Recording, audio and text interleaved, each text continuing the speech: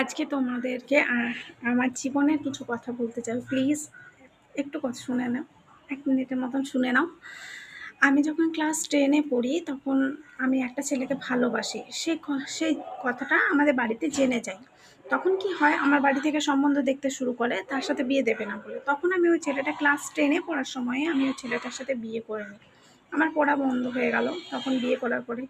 এর ফলে আমার বাবার বাড়িতে না আমাকে মেনে নিয়েছে, না আমার শ্বশুরবাড়িতে মেনে নিয়েছে। আমি সেই ছেলেটার সাথে একা ভাড়া বাড়িতে একা থাকি।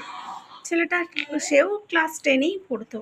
সে কি করবে? এখন সে চালের গুদামে কাজ করে। একটা চালের গুদামে। না পেয়েছি শ্বশুরবাড়ির ভালোবাসা, না পেয়েছি বাবার বাড়ির ভালোবাসা। এই স্বল্প টাকায় আমরা থাকি। আমাদের একটা ছেলেও আছে। 2015-তে আমাদের বিয়ে হয়েছিল। কিন্তু তারপরে ভাবলাম আমি একটা ইউটিউব চ্যানেল খুলি। কিন্তু দেখো, ইউটিউব চ্যানেলে না আছে লাইক, না আছে সাবস্ক্রাইব, কিচ্ছু নেই। মানুষের